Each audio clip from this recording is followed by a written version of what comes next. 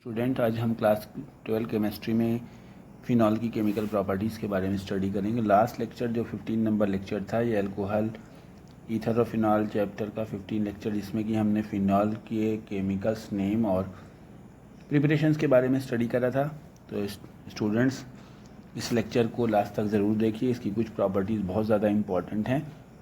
तो हम सबसे पहले आपको बताते हैं कि फ़िनॉल की रिएक्शंस किस तरह से होती हैं।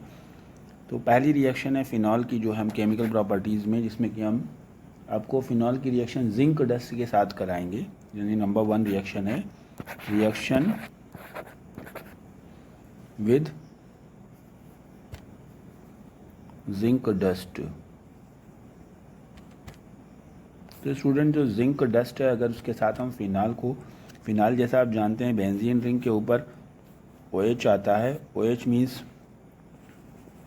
अल्कोहलिक ग्रुप है, और अगर जब हम बेंजीन रिंग में लगाएं तो फिनॉल कैटेगरी में चला जाएगा। और हम इसको जिंक डस्ट, जिंक यानी कि इतना फाइन पाउडर्ड बना लें उसको, और उसको हम फिर हीट करें या डिस्टिलेशन करें, तो हम क्या पाते हैं कि ये फिनॉल के ऑक्सीजन को रिमूव कर देता है, और यहाँ पे आपका ये बेंजीन बन जाता है, साथ में जिंक ऑक्साइड बनता है। तो ये एक बहुत अच्छा कन्वर्जन भी हो सकता है कि फिनॉल से हम जिंक किस तरह से बनाएंगे। नंबर 2 जो आपकी रिएक्शंस है स्टूडेंट्स, वो भी फिनॉल की इलेक्ट्रोफिलिक कॉन्सेप्ट के ऊपर बेस्ड रिएक्शन है।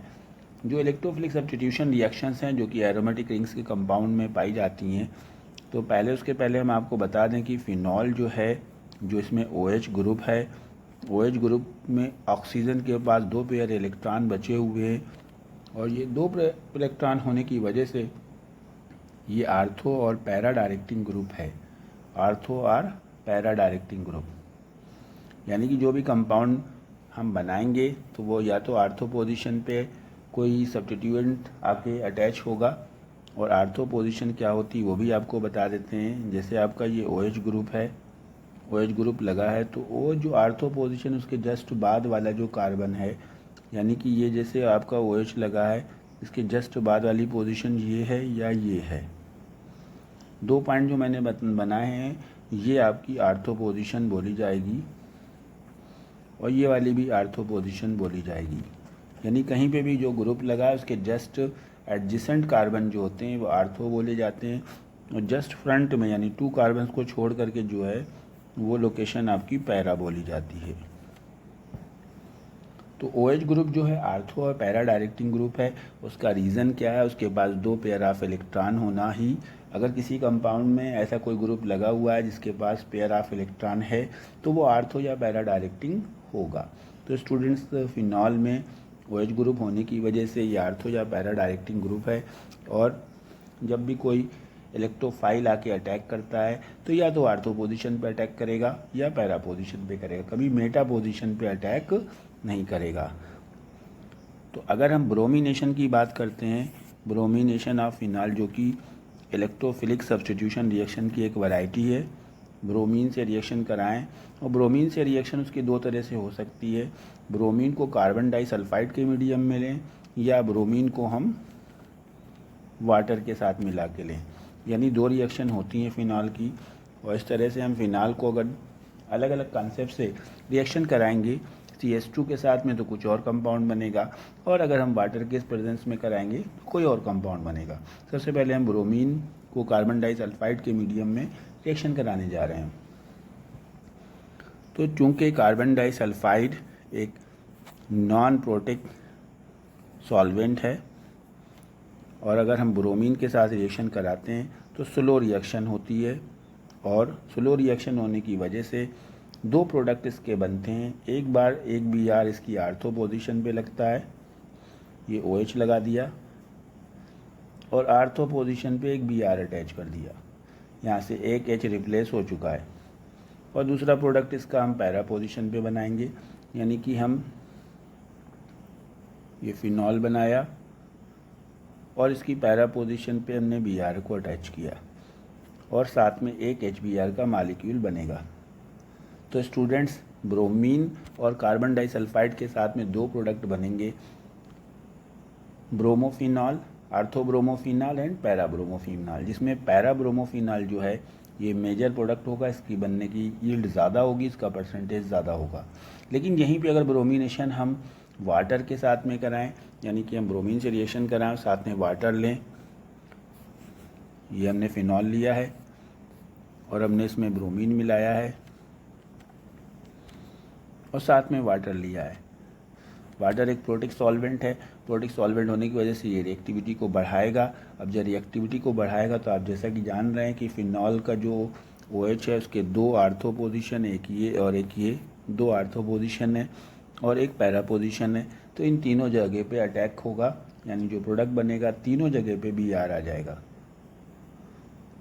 ये देखिए इस तरह का जो प्रोडक्ट बनेगा, OH आ जाएगा यहाँ पे, यहाँ आर्थो पे Br आ जाएगा और इस साइड में भी Br आ जाएगा और एक पैरा पे भी Br आ जाएगा। यानी कि कुल मिला के अगर आप देखें तो 3 हाइड्रोजन रिप्लेस हो जाएंगे और 3 Br उन तीनों जगह पे, दोनों आर्थो लोकेशन पे और पैरा लोकेशन पे Br अटैच हो जाएगा। यानी टोटल 3Br2 हमको लेना होगा और साथ में 3HBr ये बाई प्रोडक्ट आपका बनेगा। तो स्टूडेंट्स इस कंपाउंड का नेम क्या होगा?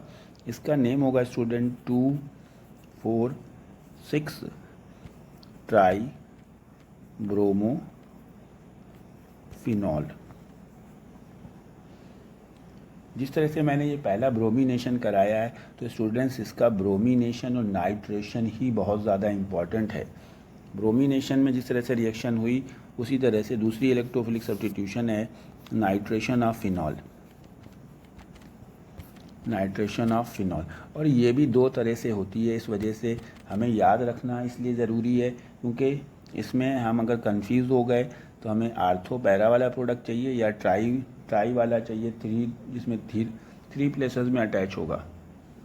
तो नाइट्रेशन में जब हम नाइट्रिक एसिड से रिएक्शन करते हैं तो उसको नाइट्रेशन बोलते हैं। लेकिन नाइट्रिक एसिड से रिएक्शन 2 तरह से होती है, अगर डाइल्यूट लेते हैं और अगर कंसनट्रेटेड लेते हैं। अगर आप डाइल्यूट लेते हैं तो स्टूडेंट्स उसी तरह से रिएक्शन होगी कि एक आर्थो प्रोडक्ट एक पैरा प्रोडक्ट बनेगा। ये आपने फिनॉल लिया है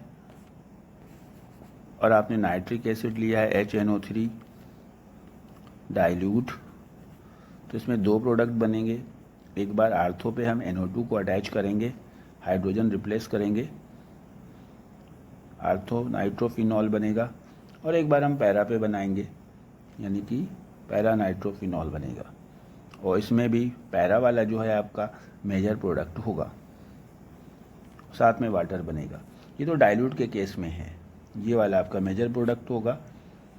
लेकिन अगर हम कंसनट्रेटेड नाइट्रिक एसिड ले लें, कंसनट्रेटेड नाइट्रिक एसिड के साथ में उसी तरह से रिएक्शन होगी जिस तरह से हमने ब्रोमीन वाटर के केस में करा था। दोनों आर्थो पोजीशन पे और पैरा पोजीशन पे आपके NO2 ग्रुप अटैच हो जाएगा, NO2 और NO2 और एक पैरा पे NO2 यानी कि 3HNO3 का यूज़ किया जाएगा, साथ में 3H2O इसमें रिप्लेस होगा। ऊपर वाले में 1H2O रिप्लेस हो रहा था, इसमें 3H2O बनेगा। ये जो कंपाउंड बनेगा इसका नेम होगा 2,4,6 ट्राई नाइट्रो फिनॉल।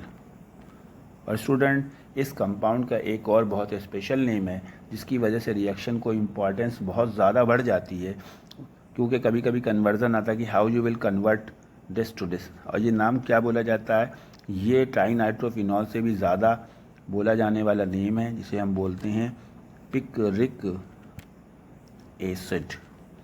यानी ट्राई नाइट्रोफिनॉल का कॉमन नेम पिक्रिक एसिड है और पिक्रिक एसिड को भी हम फिनॉल के थ्रू बना सकते हैं। अगर आपसे कन्वर्जन आता है convert phenol to picric acid तो आप कंसनट्रेटेड HNO3 के साथ रिएक्शन करा के आप उसको बना सकते हैं।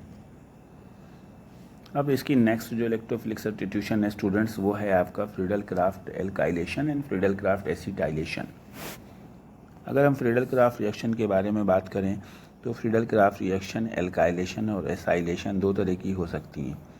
अगर हम कोई एल्काइल ग्रुप को फिनॉल या किसी भी ऑर्गेनिक एरोमेटिक कंपाउंड्स में रिएक्शन कराने जा रहे हैं तो फ्रीडल क्राफ्ट एल्काइलेशन बोला जाएगा। ये हमने मिथाइल क्लोराइड लिया है, इसमें मिथाइल ग्रुप अटैक करेगा किसकी प्रेजेंस में लेना होता है, ये एक लेवाइस एसिड यानी एनहाइड्रस AlCl3 लिया जाता है। ये एक एसिड की तरह एक्ट करता है। एसिडिक मीडियम में ये रिएक्शन इलेक्ट्रोफिलिक सब्स्टिट्यूशन रिएक्शन होती है और इसका मिथाइल ग्रुप आर्थो और पैरा पोजीशन पे अटैच हो जाता है, यानी कि फिनॉल का जो आर्थो लोकेशन है यहाँ पे CH3 अटैच हो जाएगा, यहाँ से H को रिप्लेस कर देगा। यहाँ पे CH3 जो है आपका इलेक्ट्रोफाइल है, CH3 पॉजिटिव, और दूसरे कंपाउंड में पैरा पोजीशन पे अटैच हो जाएगा और HCl यहाँ से रिमूव कर जाएगा। ये फ्रीडल क्राफ्ट एल्काइलेशन रिएक्शन है। ये फिनॉल के लिए फ्रीडल क्राफ्ट एल्काइलेशन रिएक्शन है। अगर हम एसाइलेशन करते हैं जिसमें एसाइल ग्रुप यानी CH3CO ग्रुप अटैक करेगा तो वो हमारा फ्रीडल क्राफ्ट एसाइलेशन बोला जाएगा। फ्रीडल क्राफ्ट एसाइलेशन में क्या होगा, हमने कोई फिनॉल लिया है और हम एसिटिल क्लोराइड से यहाँ पे रिएक्शन करा रहे हैं CH3COCl से, और एनहाइड्रस AlCl3 हम यहाँ पे यूज़ कर रहे हैं।